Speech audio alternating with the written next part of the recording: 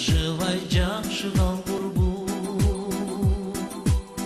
жамылып түндү узадым жазганы ошол тагдырды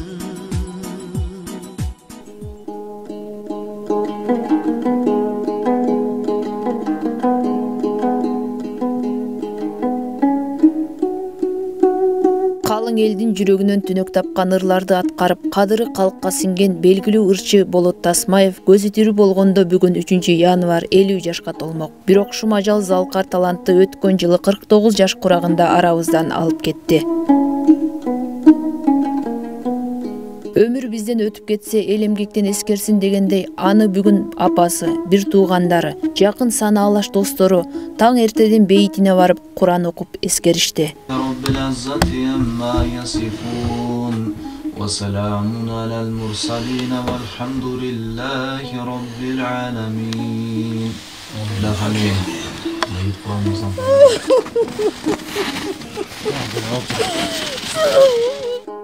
Болот Тасмаев 1971 жылы 3 январда Жалал Абад облусунун Аксы районуна караштуу Авлетим айылында төрөлгөн. Ата-энеси чыгармачыл адамдар болгондуктан Болот Тасмаев кичинекей кезинен эле чыгармачылыкка аралашкан. Атасы Рысбек Тасмаев таланттуу ырчы, обончу, төкмө акын болгон.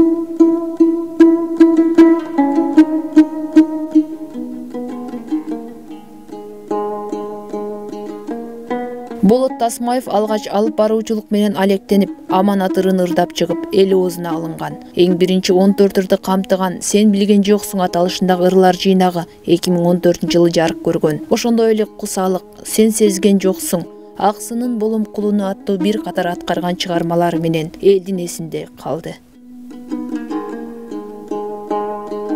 Эми кичинесинде кагылайын аны мен мындай чыгармачылык ырдайт деп деле ойлогон эмеспиз. Атасы байкуш эч жакындатпай, балдарды эч жолотпой эле коелучу, койчу деп жолоткузу келчү эмес эле. Көп эле чыгармачыл адамдардын сүйлөп атканын уксам бардыгы эле балдарыбызды жолоткузу келбейт дешет да. Сен мунун түйшүгүн башынан өткөрүп калган да. Болот эч жакындаткызы келчү эмес эле. Анан Болот өзү эле аралашып, анан кийин аерден берден чак алып, бир алып барып болуп жүрдү бул. Шоумен болуп. Ошол убактарда атасы бир көрүп анан кийин айтты де, мунун артист эле болуп калат экен деди. Мейли артист болсо артист болот деми. Десем ушу артист болуп, ушуну дипломат кылайын дедим эле. Деп ошентип айтты, эми дипломат кылсаң да ушу артист жанында жүрө берет да деп койдум.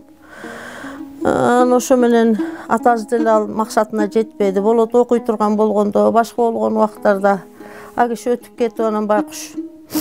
Мен аны ушул ойлогон оюна жеткире албай калдым.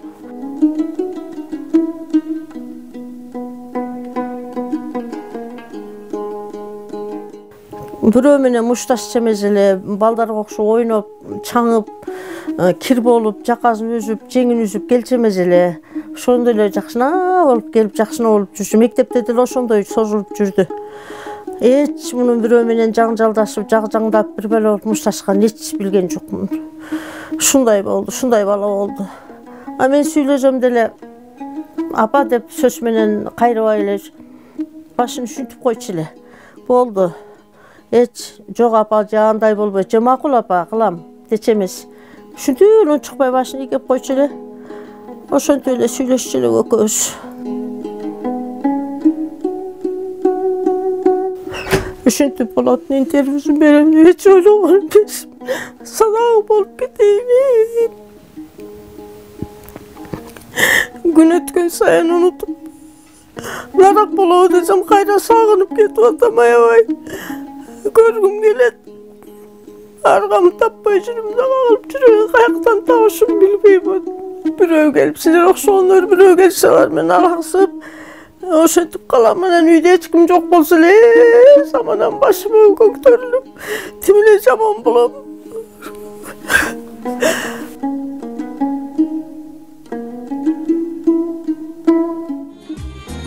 Өзүмдү түнгө тапшырып, сөзүмдү сага калтырдым. Биз мукем 30 жашында үйлөнгөнбүз. Экөөбүздүн турмуш жолунда жашаганыбызга 20 жыл, 22 жыл болду. Болот ушу жаш кезинен баштап эле мүнөзү, өзүнүн образы, жашоо образы өтө адамгерчиликтүү, өтө жөнөкөй киши болгон. Эч качан үйдө бизде уруш болгон эмес. Ал мага кыйкырып, мен ага кыйкырып ушундай жашоо болгон эмес да. Ушул бир нерсени маслихат кылып эле экөөбүз бири-бирибизге айтып деп эле ушундай чечим менен кабыл алат болчук. Эч качан эч кимге бирдеке деп катуу сүйлөгөн эмес. Кайын журтуна деле ошондой мамиле жасачу. Кимдин болсо дагы жетишкендигине ушунчалык жогорку деңгээлде баалап, кубанып, тим эле ошону жеткире албай, кубанчы коюна батпай жеткирип келчү. Оорусу башталып, креатини көтөрүлүп, ооруп больницада жатып эле ошондон кийин күндөн күнгө оорулошуп кетти. Анан жакшы врач таптык, жакшы лечение алып баштады. Жакшы болуп кетет экенмин деп аябай катуу сүйүнүп, ушинтип эметип калды эле. Баары жармашкан ооруп алыптын деди. Жармашкан оору эч эме кылган жок. Ушу өзү да коркуп жүрдү, ушул мени алып кетип калат окшойт. Сахарга аябай катуу тиет экен ушул оору депчи. Колуңан келсе алып калчы Айнура, мен жашагым келет деп. Ушинтип эметип калдым. Колуман келди. Чуркап жүрөм. Алып кала албай калдым. Жүрсүң эскерип, айрылып эмес ажалда. Балага болгон мерими бунуку ушунчалык башкача атада. Баласы Азамат деген 90-жылкы биринчи жолдошунан баласы бар болчу, бизде жүрдү. Биздин колубузда жүрдү. Аябай жакшы бала, акылдуу, эстүү бала. Биринчи Сооровдо окуду. Сооровдо окуп, Сооровдон кийин милицейский академияда окуду. Аны бүтүп, анан мен милиция болбойт экен, боло албайт экенмин деп анан ал кызматта иштебей анан Америкага кетип калды. Кызын жанынан артык көрөт болчу.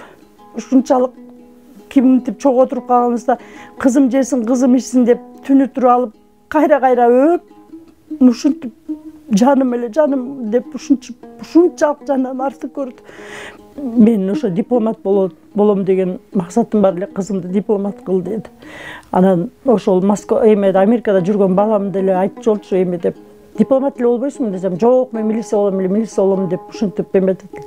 Ал да өткөндө уже сүйлөшсөк айтып атпайбы, эми атамын айткан керезин кылып, дипломат болот окшойм деп ушинтип эме кылды. Эми баягы жол жак болуп бөлгөндө келе албайды. Эми буйруса, Кудай кааласа, жылдыгында келем деп эме кылып атат. Ушул.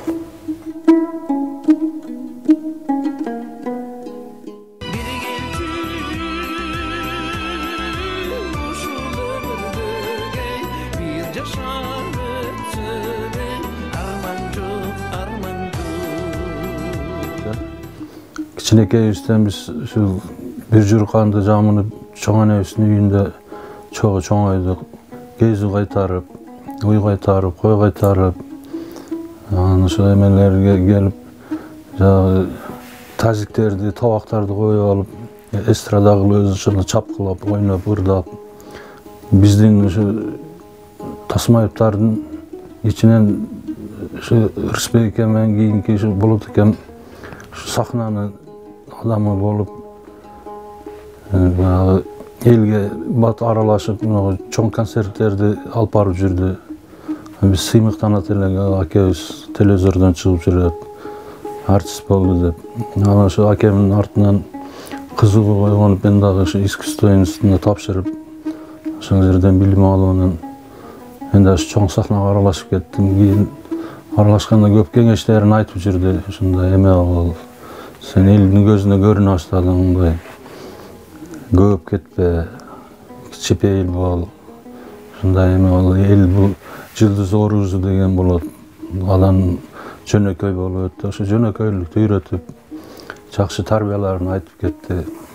Өттү бары эле бордун кусалып, ал тарапта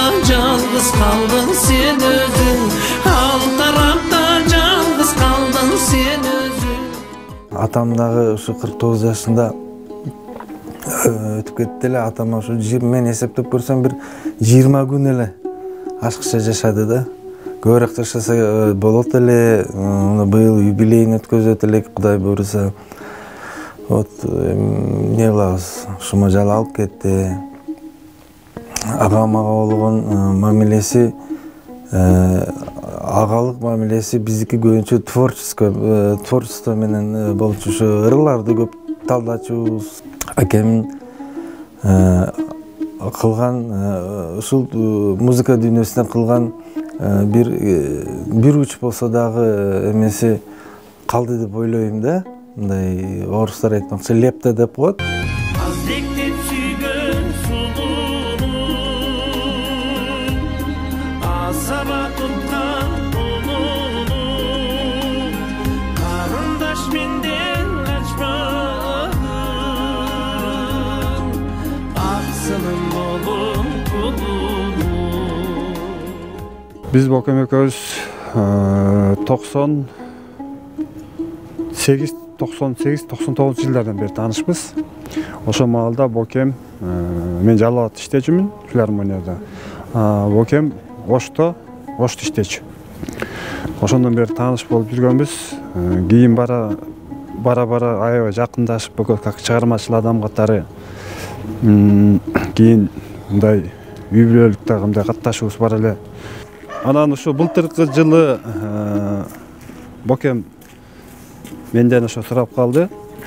Ошо аксынын болом кулуну деген ырың дырдайын деп. Анан эми Бокемдей ырчы, үнү таза, аны элдин баары эле билет.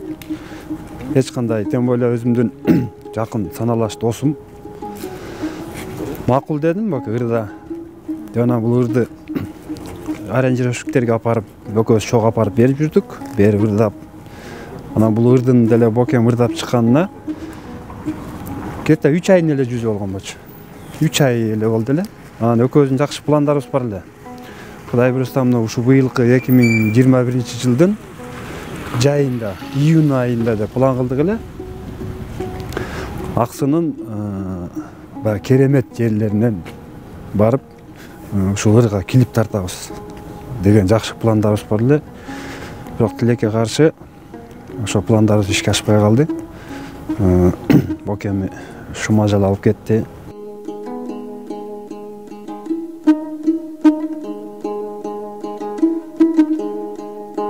Бегейсиз бир оор жоготууларга душар болдук өткөн жылы. Ошолордун катарында тирүү болсо мына бүгүн 50 жашка чыкмак Болот Тасмаев агабызды дагы өткөн жыл менен кошо жоготуп алдык.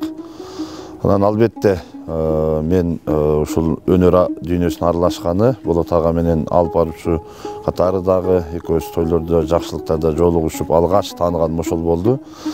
Анан ошол аралашып жүргөн күндөрдөн эл эсимде Болот Тасмаев дегенде мен үчүн ушундай бир нерсе калды. Ырларына болгон жоопкерчилик жана ошондой эле ыр тандоодогу бул кишинин табити чынында элден өзгөчө, башкача болчу.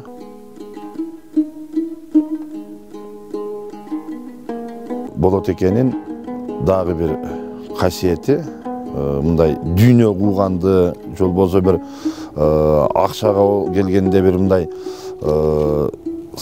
сараңдыкты эч көрө албадым да. Ушул кишиден көрдүм чыныгы жигиттик, жентелмендикти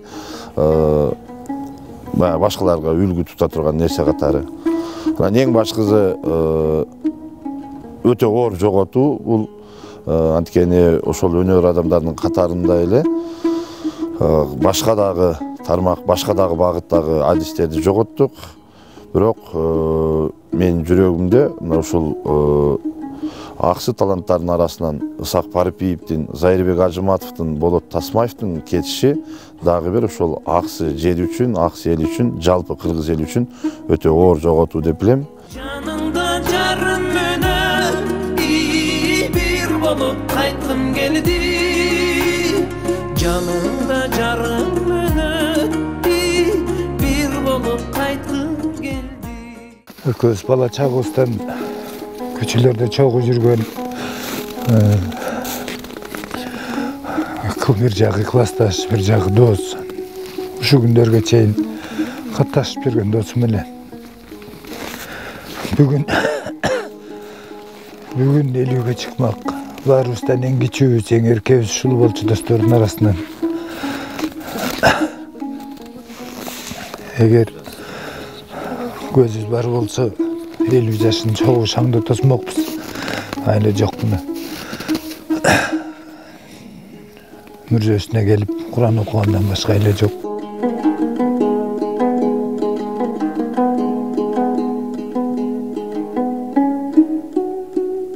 Жакшы чармалардын ичинен ушу аксынын болом колуну сен билген жоксуң, сен аны сезген жоксуң деп ырдаган ырлары ушунчалык адамдын ар бир инсандын ар бир чармачылык жолунда жүргөн инсандардын жүрөгүнө калып кеткен, канча адамдын жүрөгүнөн орун тапкан ырлар. Ошо мен айтат элем 5-чөлүк өмүрдө бири-бирибизге болгон сезимдерди сезишип, сыйлашып өтсөк деп.